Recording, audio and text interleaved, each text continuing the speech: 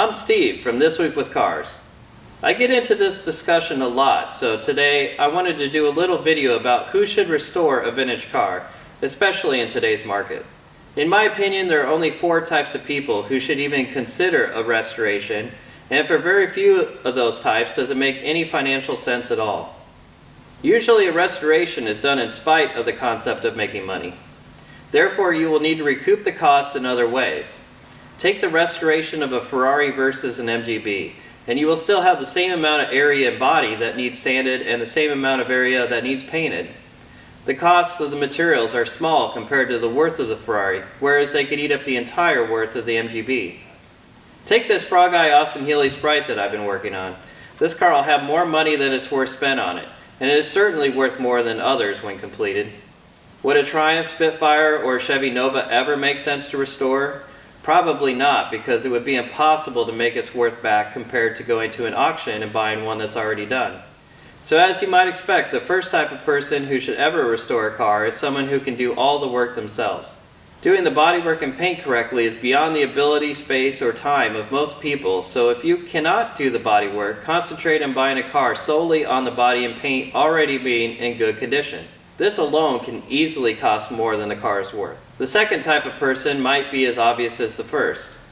This type of person has a car that is very sentimental to them or someone they know.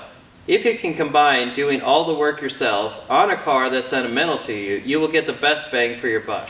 Someone who is sentimental about an exact car over buying an identical one at auction understands that it will cost them more to restore their car than to go buy another.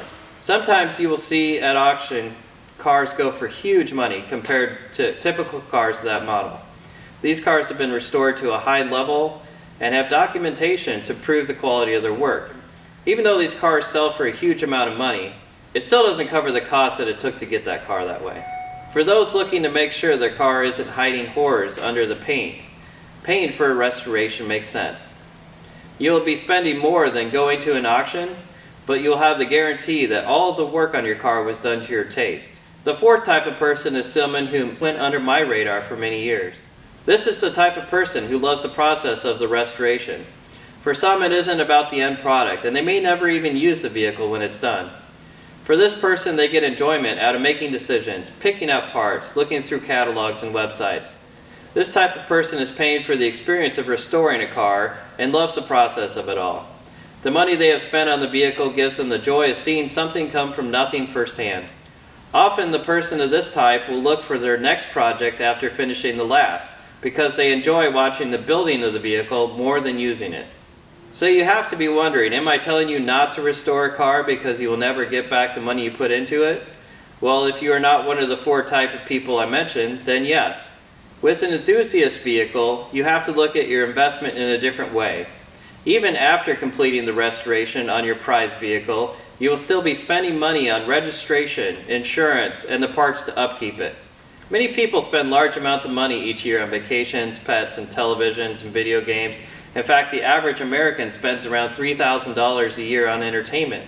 If your main entertainment expenses were your vehicle and you budgeted, say, $2,000 per year, over a 20-year ownership, you could justify almost $40,000 worth of enjoyment from it, subtracting your upkeep cost. Obviously, every case is going to be different. If you've owned your car for 40 years and you hardly paid anything for it back then, it might make sense to restore it. Have you restored a car and then sent it to auction only to get a fraction of what you put into it? Comment below and let us know what your reasons for doing your restoration was.